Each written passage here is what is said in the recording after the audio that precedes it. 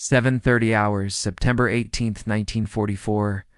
The sun over Peleliu rises like a bleeding wound over the jagged coral. Private First Class Arthur Jackson presses his spine against a limestone ridge, his lungs burning with the scent of sulfur. To his left, a Japanese Type 92 machine gun stutters, shredding the uniforms and the bodies of the Marines he called brothers. At 19 years old, Jackson is a boy in a world of monsters, holding a 19-pound rifle and a heavy silence. The island was supposed to be a 4-day operation, a quick stepping stone toward the heart of the Japanese Empire. Major General William Rupertus promised a weekend victory. But the island's ancient coral had other plans for the 1st Marine Division.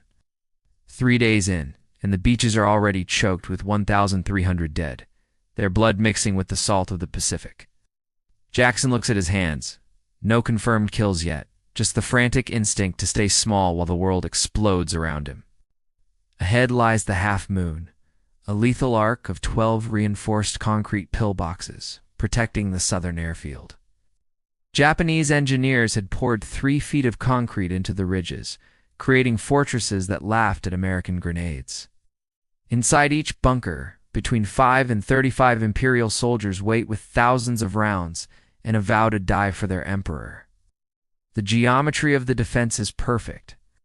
Every pillbox covers the flank of its neighbor, creating a web of interlocking lead. The 1st Marine Regiment has already been decimated, losing 7 out of every 10 men who stepped onto the white sand. Jackson belongs to the 7th Marines, the fresh muscle sent in to break the deadlock of the southern sector. Their mission is simple on paper: clear the concrete obstacles and open the path for the tanks to reach the airfield. But the tanks cannot climb these ridges, and the artillery cannot fire without hitting the Marines pinned down in the dust. Jackson watches a group of Marines attempt a rush, their boots slipping on the razor-sharp volcanic rock. The Japanese machine gunners wait until they are halfway across the open ground before opening the floodgates of fire. The air fills with the cracked whip of high-velocity rounds passing inches from ears and the screams of the fallen. Jackson realizes that the standard tactics are just a slower way to fill a cemetery. Something impossible has to happen. He calculates the distance in his mind. 150 yards of open coral, a flat table of death with nowhere to hide. A man can run 15 yards a second in combat gear, meaning 10 seconds of total exposure to the enemy's sights. In those 10 seconds, a single Japanese gun can cycle 75 bullets through the air, and there are 2 guns in the first bunker. The mathematics of the assault are brutal, stating clearly that any man who stands up will not live to take a second step. Hook One Jackson looks at his sergeant, then at the sky, and finally at the Browning automatic rifle in his shaking hands. He doesn't wait for an order, because he knows the officers are waiting for a miracle that isn't coming. If he stays in this hole, his platoon will be picked apart by mortar. If he runs, he might save the men behind him. He stuffs his pockets with grenades until his trousers sag, clicks a fresh magazine into his bar, and prepares to defy the math. Suddenly, Jackson stands, his silhouette sharp against the morning glare, and begins a dead sprint toward the first bunker. The bar is heavy, but he carries it at the hip, the trigger pinned back to spray a wall of suppression toward the firing slit. The Japanese gunners are momentarily blinded by the dust kicked up by his bullets, their aim spoiled by the sheer audacity of his charge. He is a single point of motion in a landscape of static death, a blur of olive drab against the bleached white coral. Bullets snap past his helmet, one close enough to singe the fabric, but Jackson doesn't flinch or slow his pace. He reaches 100 yards, then 80, the sound of the Japanese guns growing into a deafening roar that vibrates in his chest. His bar runs dry, the bolt locking back with a metallic clatter that sounds like a death knell in the heat. He slides behind a waist-high boulder, the coral cutting into his knees, and slams a fresh magazine home in a single motion. The Japanese in the first pillbox are shouting now, frantically swiveling their heavy guns to track the lone American. Jackson pops up from behind the rock, his face a mask of soot and sweat, and resumes the sprint into the mouth of the beast. He reaches the dead zone, the blind spot directly beneath the firing slit, where the Japanese guns cannot physically tilt low enough. He can hear them breathing inside, the smell of their cooking fires and gun oil wafting through the narrow concrete aperture. Hooked Jackson reaches into his pouch and pulls out a white phosphorus grenade, the most terrifying weapon in his arsenal. He pulls the pin with his teeth, counts to 2, and shoves the canister directly into the darkness of the primary firing slit. A muffled thump follows, and then a brilliant, terrifying white light erupts from the bunker like a miniature sun. White phosphorus burns at 5,000 degrees, a chemical fire that cannot be put out and eats through flesh and bone alike. The screaming starts a high, thin sound that cuts through the roar of the battlefield as the Japanese soldiers ignite. Men stumble out of the rear entrance, their uniforms dripping with liquid fire. Reaching for the air that only brings more pain. Jackson is waiting for them, his bar raised to his shoulder now, cutting them down before they can even realize who killed them. He is not a boy anymore. He's the architect of the southern perimeter's destruction, and he is just getting started. A fellow Marine, seeing the impossible success, sprints forward through the gap and slides a satchel of C2 explosives to Jackson. 40 pounds of plastic explosive, enough to level a building, sits in Jackson's hands while the remaining Japanese fire from the depths. He sets the 30-second fuse, his fingers steady despite the chaos, and heaves the massive charge into the heart of the bunker. He turns and dives into a nearby shell crater, curling into a ball as he presses his face into the dirt and waits. The explosion is a physical weight that lifts the ground, a roar that deafens the entire sector for miles. The massive concrete pillbox, 3 feet thick and reinforced with steel, is lifted off its foundation and shattered into gray dust. Logs, chunks of concrete, and human remains are hurled 60 feet into the air, raining down on Jackson's helmet. A piece of debris the size of a football misses his skull by inches, embedding itself in the coral with a dull thud. Jackson stands up from the crater, his ears ringing with a high-pitched whine that drowns out the sound of the world. 35 Japanese soldiers are gone, silenced in a single moment of plastic explosive and American fury. He looks back at his platoon, seeing them begin to rise from the dirt, their eyes wide at the sight of the smoking ruin. He doesn't wait for them to catch up. He reloads, checks his belt for more grenades, and turns his eyes toward bunker number 2. The second pillbox is 80 yards to the northwest, smaller, but positioned to catch any advance in a crossfire. Jackson has lost the element of surprise, but he has gained something more powerful, the momentum of a man who refuses to die. The Japanese in the remaining 11 bunkers have seen their crown jewel vanish in a cloud of smoke and fire. They are focused on him now, a dozen machine guns searching the ridges for the silhouette of the man with the bar. Jackson uses the jagged terrain of Peleliu, moving like a shadow through the natural trenches carved by volcanic gas. He understands their blind spots now, the way the concrete slits limit the vision of the men trapped inside their fortresses. He approaches the second bunker from the eastern flank, crawling on his belly over rock that tears his skin to ribbons. The Japanese inside hear the scrape of his boots and begin throwing grenades blindly over the walls, hoping for a lucky kill. He counts the thud boom of the Japanese grenades, waiting for the 4-second fuse to cycle through its rhythm. In the pause between throws, he lunges forward, reaching the bunker wall and pressing his back against the cooling concrete. He finds the ventilation shaft, a tiny 4-inch opening on the roof designed to let the toxic gun smoke escape. He jams the muzzle of his bar into the hole and pulls the trigger, emptying a full magazine into the cramped space below. The bullets ricochet off the interior walls like angry hornets, shredding everything inside the small concrete box. No one survives the metal storm. The 5 soldiers inside are dead before they can even scream or reach for their sidearms. 2 pillboxes down, 10 remaining, and the morning sun is already pushing the temperature past 100 degrees. Jackson wipes the sweat from his eyes, his hands shaking with the first signs of adrenaline-fueled exhaustion. Hook 3, the 3rd and 4th positions, are a mutually supporting pair, designed to kill anyone who attempts to flank them. If Jackson moves left, the 4th bunker shoots him. If he moves right, the 3rd bunker cuts him down. He stares at the narrow corridor between them, an 8-foot wide strip of coral where the angles of fire don't quite meet. It is a gamble with his life as the stake, a dead zone that requires perfect movement and a heart of ice. He runs the corridor at a full sprint, the Japanese gunners on both sides frantically trying to turn their mounts to hit him. He reaches the third bunker and jams his rifle into the firing slit, firing until the bolt locks and the magazine is empty. A fragmentation grenade follows the bullets, the explosion muffled by the concrete but lethal to the men inside. Without pausing to breathe, he pivots to the fourth bunker, repeating the deadly dance before they can recover their senses. 4 pillboxes are now silent, 55 enemy soldiers are dead, and Jackson has been fighting for less than 20 minutes.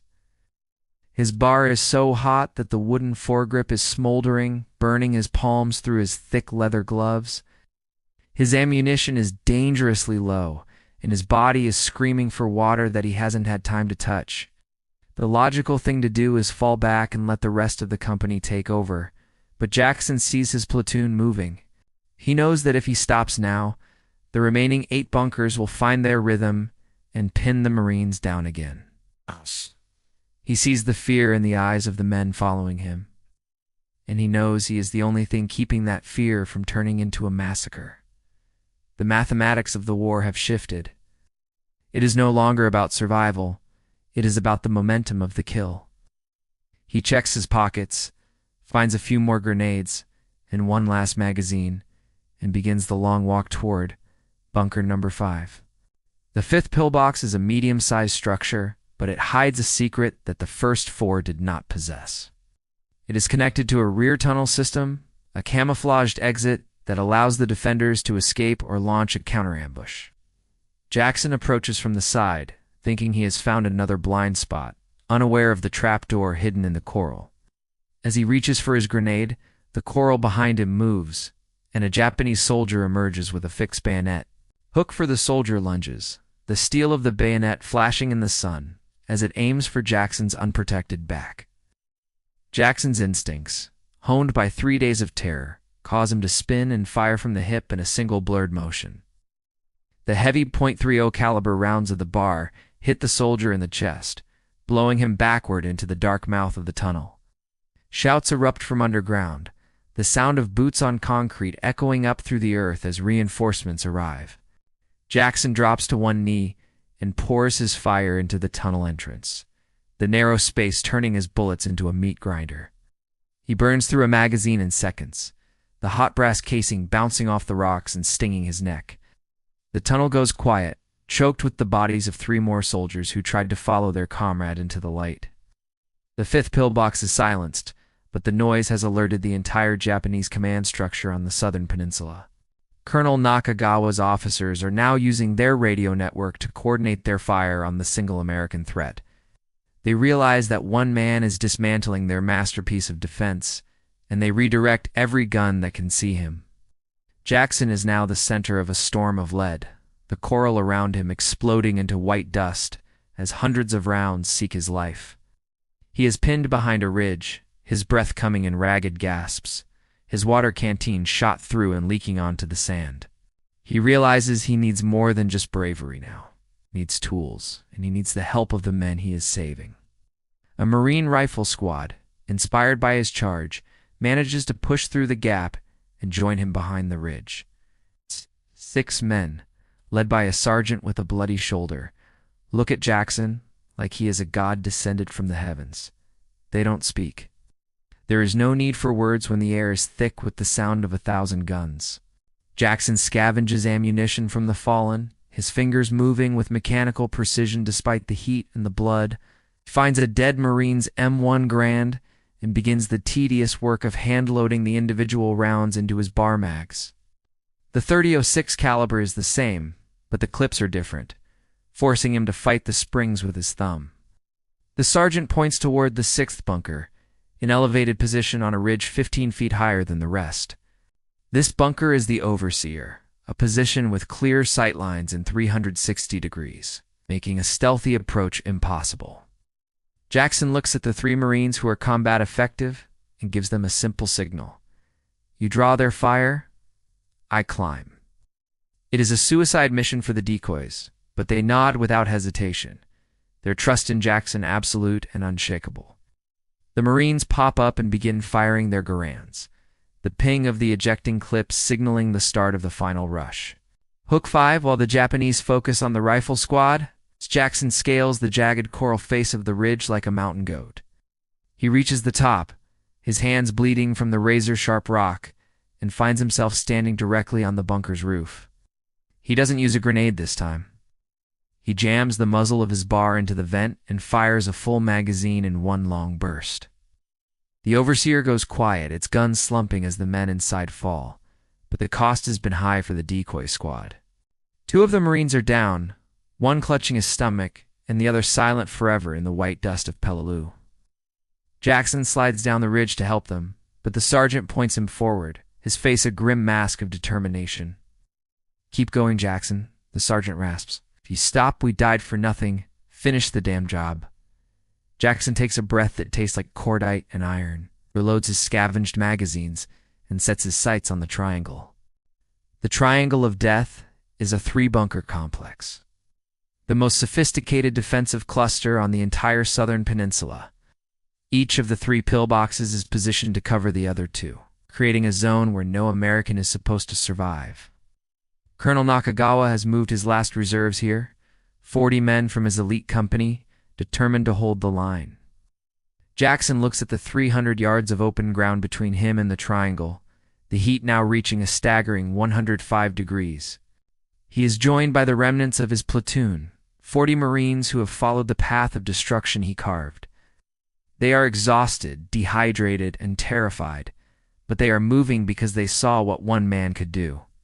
Jackson organizes them with hand signals, dividing the group into 3 squads to hit the bunkers simultaneously.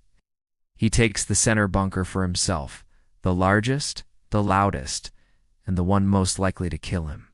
The charge begins at 0847 hours, a wall of olive-drab uniforms rushing across the white coral under a hail of lead. 2 men fall instantly, their bodies skidding across the rock, but the momentum of the 7th Marines is now a tidal wave. Jackson reaches the center bunker first, his leg catching a piece of shrapnel that cuts deep into his thigh. He doesn't feel the pain yet, the adrenaline acting as a chemical shield against the trauma of the wound. He shoves a Japanese Grenada Type 97 he scavenged into the firing slit and rolls to the side. The explosion kills the primary gunner, but a second machine gun inside begins to chatter, pinning the Marines against the wall. Jackson pulls his last satchel charge, his fingers slick with his own blood as he primes the 30-second fuse, heaves the 40 pounds of plastic into the slit, and sprints toward the 3rd bunker before the shockwave can hit. The explosion of the center bunker is so massive, it cracks the coral foundation of the ridge itself. Its concrete dust fills the air like a thick fog, allowing Jackson to reach the 3rd bunker of the triangle unseen. He finds the ventilation shaft and drops to fragmentation grenades inside, the twin thumps signaling the end of the position. On his left, the other Marine squad has succeeded in leveling their target with a flamethrower and a satchel charge. The Triangle of Death is gone, and with it, the heart of the Japanese defense on the southern peninsula has stopped beating. Jackson sits against a shattered concrete wall, his breath coming in wheezing gasps as he looks at his wounded leg. His trousers are soaked in dark, arterial red, and the world is beginning to tilt and spin around him. A Navy corpsman reaches him, frantically cutting away the cloth to apply a tourniquet and a dressing to the hole. "You're done, Jackson," the medic says. "You've done enough for 3 lifetimes. Get to the aid station." Jackson looks south, where the final 3 pillboxes are still firing on the Marine supply lines at the beach. He thinks of the men on the sand, the ones bringing the food and the ammo, who are being picked off like targets in a gallery. He pulls his leg away from the medic, uses his bar as a crutch to stand, and begins a slow, limping walk. He kills the 10th bunker with a single, well-placed grenade through the roof, his movements now slow and mechanical. The 11th bunker requires more work, its entrance reinforced with heavy timber and piles of coral sandbags.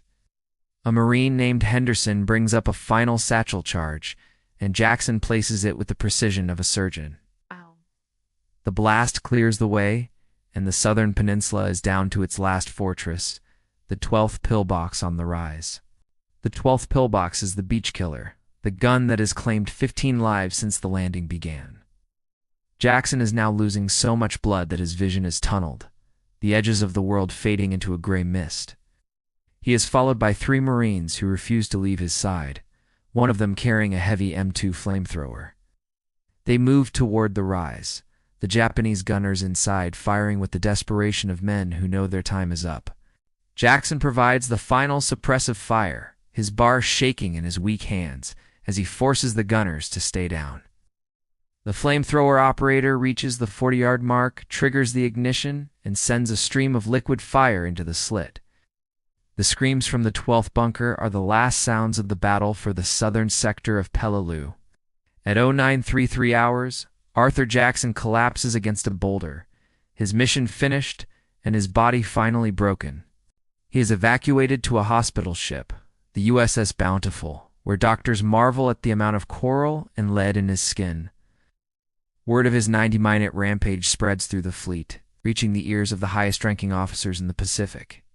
They count the bunkers, 12. They count the confirmed dead, 50. They count the man, 19 years old.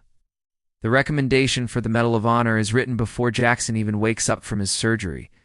Jackson spends the next few months in a blur of hospitals, his leg healing, but his mind staying on that ridge. He hears that the battle for Peleliu lasted another 70 days, just as the jagged mathematics predicted. By the time the island is declared secure, 1,500 more Americans have died in the tunnels and the caves.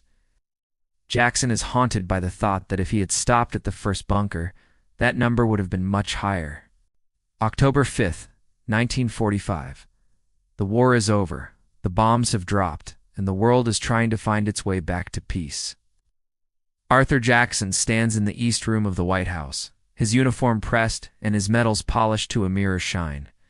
President Harry Truman looks at the young man, a postal worker from Oregon who became a god of war for 90 minutes. "I would rather have this medal than be president," Truman says as he drapes the blue ribbon around Jackson's neck.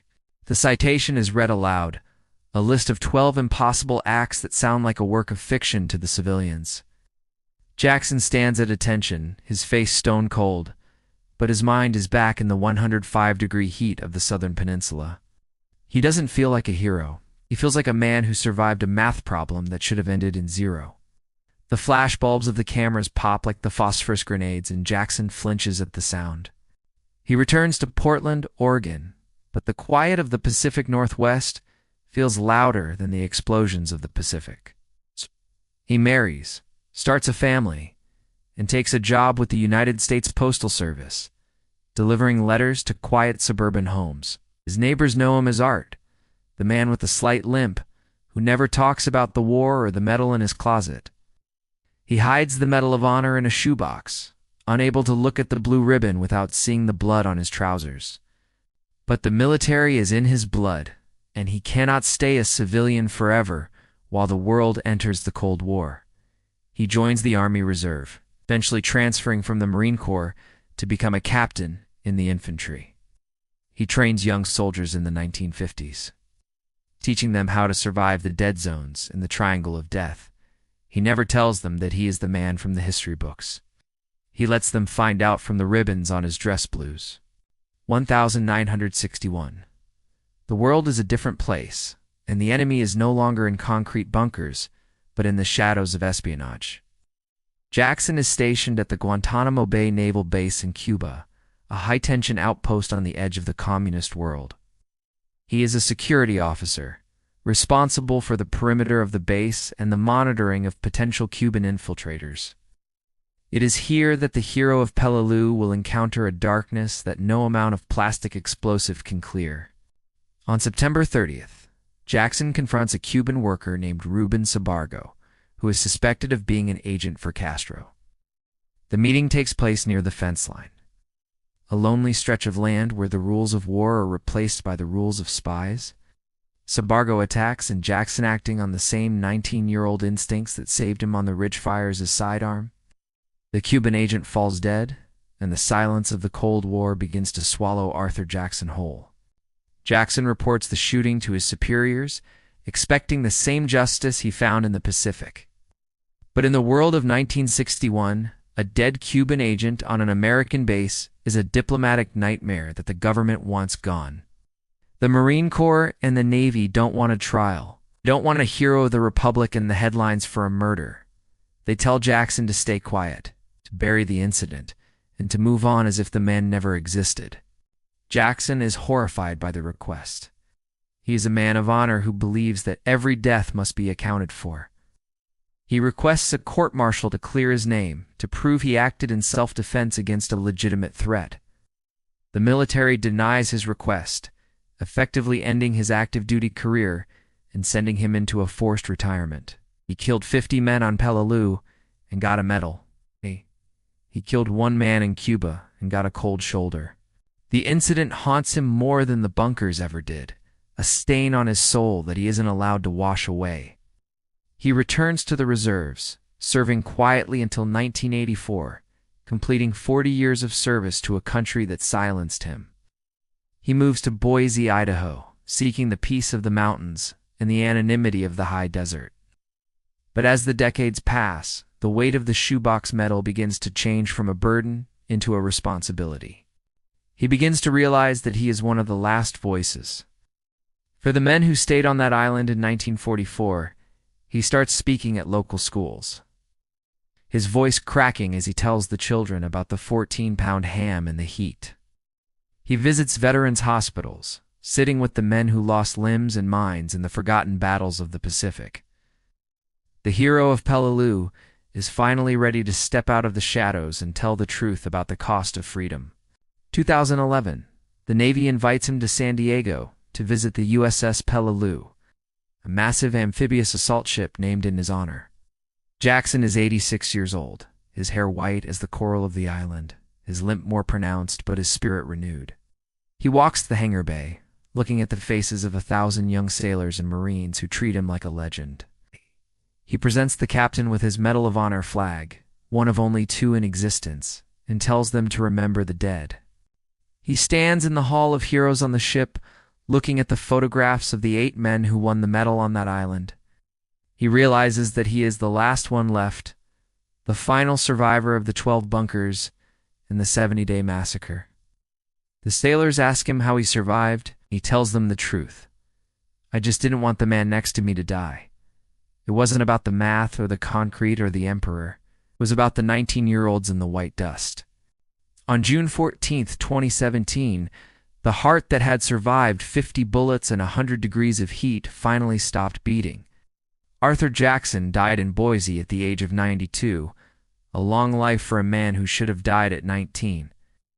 His funeral is a state event, with Marine body bearers flown in from Washington to carry the casket of the legend. The 21-gun salute echoes across the Idaho State Veterans Cemetery, the final rhythm for the man who silenced 12 bunkers. The story of Arthur Jackson is not just a story of war. It is a story of what a human being can endure for others. He was a mailman who carried a secret, a captain who was silenced by politics, and a Marine who broke the math of death. His 3,000-word legacy is written in the blood of Peleliu and the silence of Idaho, testament to conspicuous gallantry. He survived the 12th pillbox so that he could spend 73 years making sure the world never forgot the price of that ridge.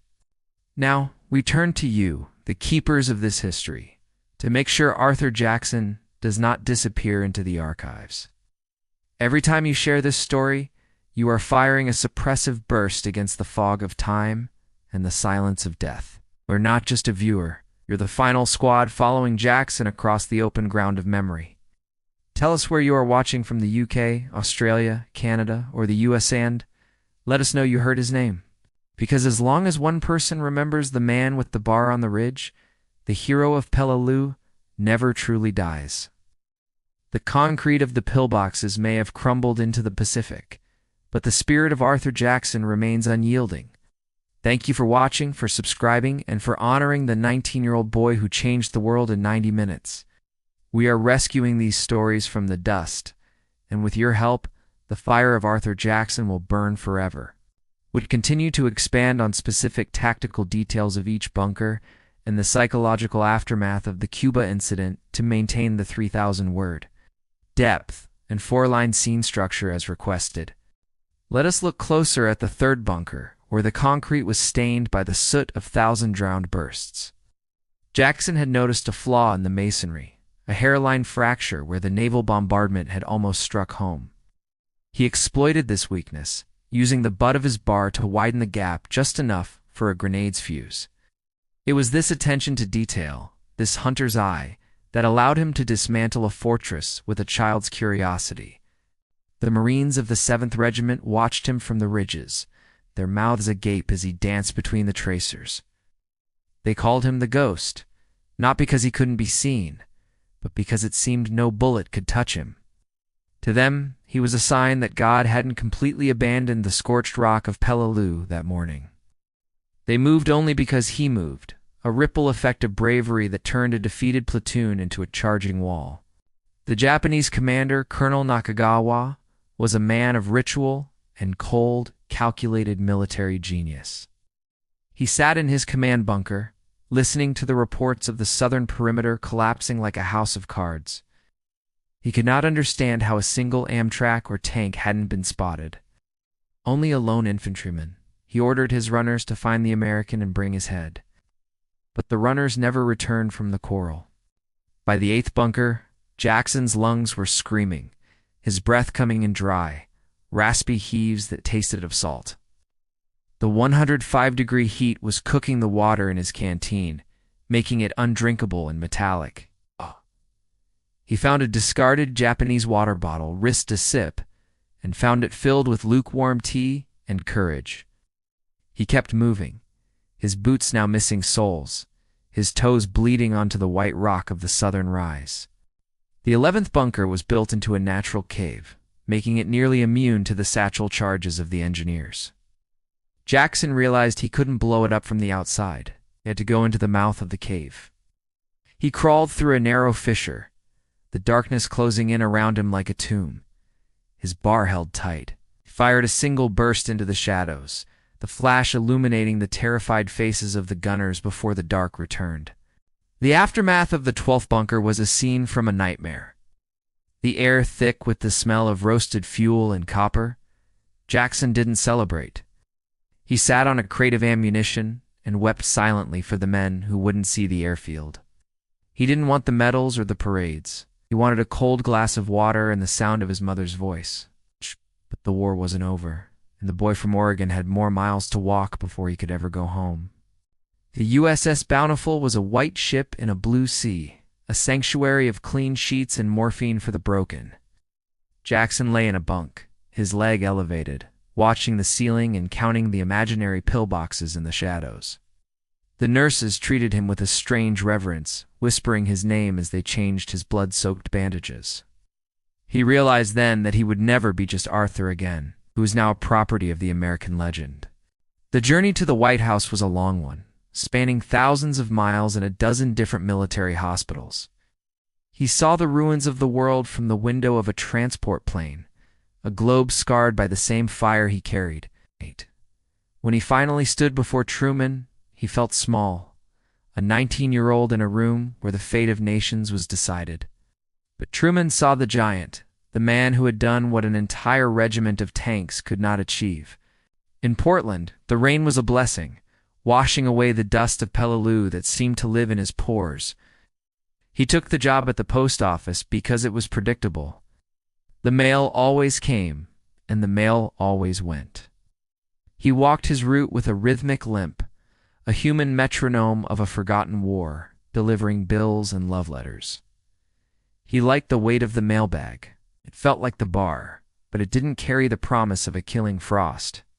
But the Cuba incident in 1961 shattered the fragile peace he had built in the rainy suburbs of Oregon. The government's refusal to acknowledge his self-defense felt like a second wound, deeper and more infectious than the first. He saw the hypocrisy of a nation that would give him a medal for killing in the light, but punish him for killing in the dark. He realized that honor was a fragile thing, easily broken by the winds of political expediency and Cold War fear. He spent years in a state of quiet resentment, a hero who felt like an outcast in his own military family. He would look at the Medal of Honor and wonder if the 19-year-old on the ridge would recognize the man in the suit. But the mountains of Idaho offered a different kind of perspective, a scale of time that made the Cold War seem small. He began to hike the trails, his wounded leg growing stronger in the thin air and the silent company of the pines. His first public speech was at a middle school, a room full of children who thought the 1940s were ancient history. He told them about the ham, the 14-pound canned ham that he carried through the surf like a sacred relic. The children laughed, and for the first time in decades, Arthur Jackson laughed with them, the weight lifting from his chest. He realized that his story wasn't about the killing, it was about the absurdity of trying to stay human in a hellscape.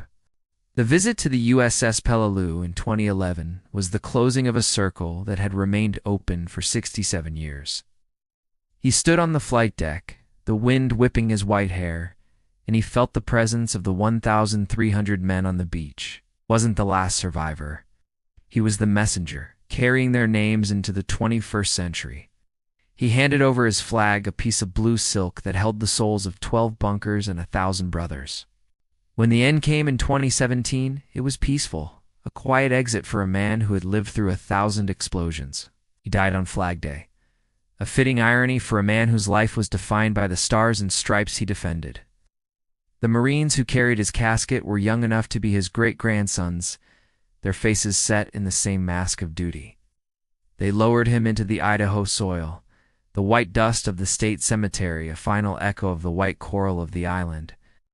We look back at the mathematics of that morning, and we still cannot find the answer to how he survived. 100 bullets should have found him. A dozen grenades should have ended the story before the third bunker. But history is not a math problem. It is a collection of moments where the human spirit refuses to follow the rules. Arthur Jackson was the variable that the Japanese hadn't accounted for, the X in the equation that solved for victory. As we conclude this record, we ask you to think about the 19-year-olds in your life today. Could they find the strength to stand up when the world is telling them to stay hidden in the dirt? Jackson didn't think he was special, just thought his friends were worth the risk of a 10-second sprint. That is the true definition of a hero, a normal man who does the abnormal thing because it is the only way to be kind. Every like you give this video is a salute to the postal worker who carried the weight of a nation on his back. Every subscribe is a promise that these forgotten stories will remain at the forefront of our modern consciousness. We have thousands more archives to search, thousands more heroes to rescue from the silence of the dusty shelves. Help us build this community of history, where the bravery of the past informs the courage of our future. Tell us your story in the comments. Did you ever meet a Medal of Honor recipient or a veteran of the Pacific? Their voices are fading, but their lessons are louder than ever in a world that still struggles with the triangle of death. Arthur Jackson is watching from the Great Muster, seeing that his 90 minutes of fury were not in vain. He is no longer the ghost of Peleliu. He is the light that guides us through the darkness of our own trials. Remember the 12 pillboxes. Remember the 50 men. But most of all, remember the boy who decided to run. The path he took was 150 yards of terror, but it led to a lifetime of honor and a legacy that will never fade. From the white coral of the Pacific to the green mountains of Idaho, his journey is the American story in its purest form. Thank you for being here, for listening, and for making sure that Arthur Jackson is never, ever forgotten. The sun sets now over the Idaho State Veterans Cemetery, casting long shadows over the rows of white crosses. Somewhere in the distance, a Marine sergeant is calling cadence, the sound of boots on pavement, a familiar song. Arthur Jackson is at rest, his leg no longer hurting, his bar finally cold, and his soul finally at peace. He has delivered his last letter, fought his last bunker, and earned his place in the eternal Hall of Heroes. Bridge to conclusion, let us dwell for a moment on the silence that followed the 12th bunker's destruction. It was a silence that meant the airfield was safe, that the supply lines would flow, and that more men would live. Jackson sat in that silence and realized that he had changed the fate of the entire 1st Marine Division. One man, one rifle, and 90 minutes. The simple ingredients for an immortal legend of the Corps. The Japanese defenders were found later, their bodies still at their guns, a testament to their own dark discipline. Even they, in their final moments, must have wondered at the demon who climbed their roofs and fired through their vents. They were soldiers of an empire, but they were defeated by a soldier of a democracy who valued his friends more than his life. The conflict of the 20th century was decided on ridges just like this one, by men just like Arthur Jackson.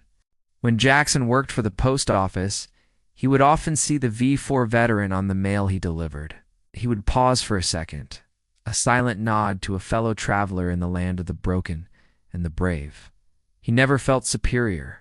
He only felt a deep, abiding kinship with anyone who had stood in the dead zone. He was a man of the people, a hero of the common man who proved that greatness lives in every zip code. The Cuba incident remains a shadow in the official records, a footnote in a life of otherwise blinding light. But we mention it here because a hero isn't a statue. A hero is a man who makes difficult choices in impossible times. Jackson did what he had to do to protect his base, and he took the consequences with the same dignity he showed on the ridge. He didn't complain, simply continued to serve a captain of the reserves who knew that duty has no expiration date. His children remember him not as a Medal of Honor recipient, but as a father who taught them the value of a hard day's work. They remember the way he tended his garden, his hands once slick with C2 and blood now gentle with the soil. They saw the limp every day, but they never heard the story behind it until they were old enough to understand the weight. He gave them a life of peace, a gift he bought for them on a volcanic island 10,000 miles away. The world of 2026 is a world of technology and speed, but the lessons of Peleliu remain timeless and grounded. We still face bunkers of fear, corridors of uncertainty, and triangles of pressure in our daily lives. We can look to Arthur Jackson and remember that the first step is always the hardest, but the most necessary. Stand up, click the magazine home, and run toward the thing that scares you the most. That is the Jackson way. We invite you to join our community of rescuers, those who refuse to let the dusty archives stay closed. Every week we bring you a new story, a new hero, and a new reason to be proud of the human spirit. Arthur Jackson is just one of many, but his 90 minutes are a shining example of what we can achieve. Subscribe today and turn on that bell, because the next story might be the one that changes your life forever. As the credits roll on this narrative, imagine the 19-year-old Arthur Jackson one last time. He is standing on the ridge, the sun in his eyes, his bar at the hip, and a 150-yard sprint ahead of him. He doesn't know about the medal, or the White House, or the post office, or the 92 years of life. He only knows that his friends are pinned down, and he is the only one who can save them. He takes a breath, he stands, and he runs in. In that moment, he becomes immortal. His boots hit the coral, the bullets miss his heart, and the history of the world pivots on his heels. Thank you, Arthur Jackson, for showing us what it means to be a Marine and what it means to be a man. Your watch is over, but your story is just beginning to reach the hearts of a new generation. This has been the story of Arthur Jackson, the ghost of Peleliu, and the hero of the 12 bunkers. From WW2 Records, we thank you for watching and for keeping the fire of the greatest generation alive. Drop your comment below, hit that like button, and we will see you in the next archive rescue. Good night, and may we all have the courage to stand up when the math says to stay down.